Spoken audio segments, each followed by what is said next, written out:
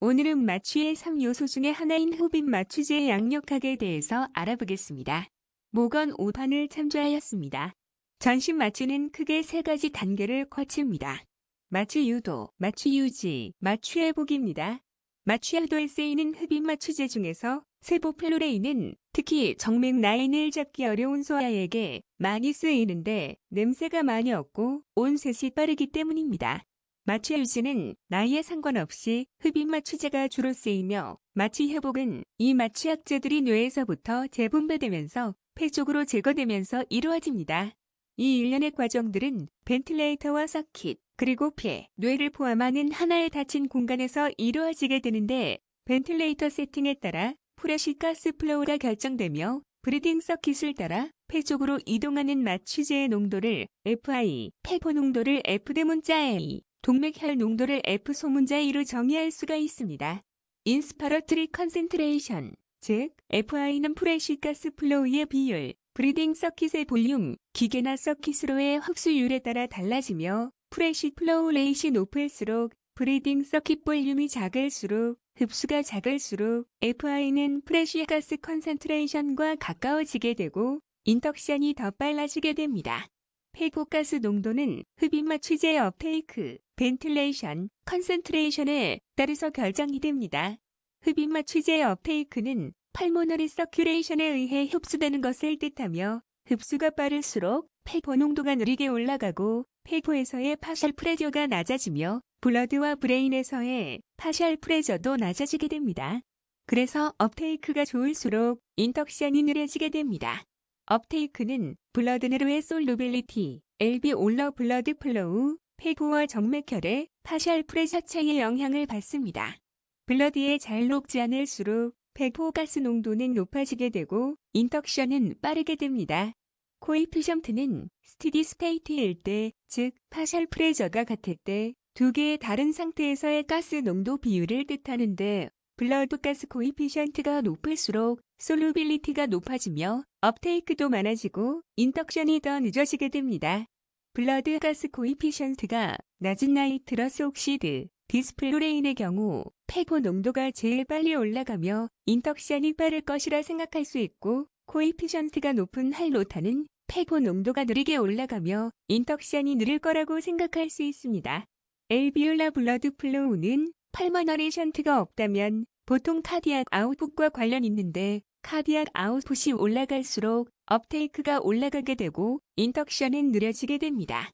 용해도가 낮은 마취제의 경우 카디악 아웃풋이 변화해도 영향을 덜 받으며 카디악 아웃풋이 낮은 환자들에게 과용량의 마취제를 사용하게 되면 급격하게 폐포 농도가 올라가게 됩니다. 폐포와 정맥혈의 파셜 프레저 차이는 티슈 업테이크와 관련이 있는데 티슈 업테이크는 시스테믹 업테이크라고 생각할 수 있으며 티슈 솔루빌리티, 티슈 블러드 플로우, 티슈와 동맥혈의 파셜 프레저 차이의 영향을 받습니다. 브레인, 하트, 리버, 키드니, 엔더크린 오르간 등의 베슬리치 그룹 같은 경우 마취제가 제일 처음으로 마주치는 티슈들이며 머슬 그룹은 퍼퓨전이 적어 업테이크가 늦으며 수시간 동안 업테이크가 이루어지며 팻 그룹은 스티디 스테이트에 도달하는데 수일이 걸립니다. 이외에도 업테이크가 불가능한 본, 리가먼트, 티스, 헤어, 카틸리지들이 포함되는 베슬프와 그룹에 있습니다. 베슬리치 그룹은 파셜 프레저가 아주 빠르게 올라가고 그 다음 머슬 그룹, 마지막으로 팻 그룹이 있습니다. 그래프에서 1시간째의 가스를 끄더라도 머슬과 팻에서 제거되는데 오래 걸립니다. 벤틸레이션도 폐포 농도에 영향을 주는데 팔모너리 서큘레이션으로 빼앗긴 마취제를 벤틸레이션으로 보충해주는 것으로 폐포 농도를 유지하기 때문이며 용해도가 높은 마취제일수록 벤틸레이션과 더욱 관련이 커집니다. 용해도가 낮은 마취제는 벤틸레이션으로 채우기도 전에 빠르게 폐포 농도가 올라가기 때문에 영향이 적습니다. 폐포 농도는 컨센트레이션의 영향도 받는데 인스파러트리 컨센트레이션이 높을수록 엘비올러 컨센트레이션이 높아지며 이는 컨센트레이팅 이펙트, 오그멘티드 인플로 이펙트, 세컨드 가스 이펙트로 설명할 수가 있습니다. 컨센트레이팅 이펙트는 산소 N2O가 80대 20인 경우와 20대 80인 각각의 경우 50%의 N2O가 흡수되었다고 생각하면 N2O의 비율은 각각 11%, 67%, 즉 6배 차이며 이는 처음의 20%, 80%의 4배 차이보다 크다고 할 수 있습니다. 오그멘티드 인플로 이펙트는 흡수된 이후 다시 전과 같은 비율로 인스피레이션 되었을 때 컨센트레이팅 이펙트가 유지되거나 더욱 차이가 커지는 효과를 의미하는데 위의 경우 12%, 아래의 경우 72%로 6배 차이로 유지가 되는 것을 알 수 있습니다.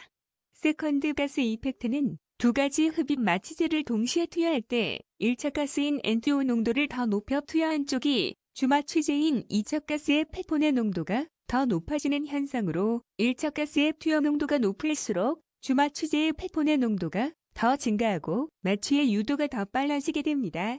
아테리얼 컨센트레이션은 엘비올러 컨센트레이션보다 항상 낮은데 정맥혈과의 합쳐짐, 폐포의 데드 스페이스, 그리고 폐포 내에서의 고르지 않은 분포 때문입니다. 더구나 VQ, 미스매치가 있는 상황에선 엘비올러 아테리얼 간의 농도 차이가 더 커지게 되고 폐포 농도가 높아도 동맥혈 농도가 낮기 때문에 인덕션이 느리게 됩니다.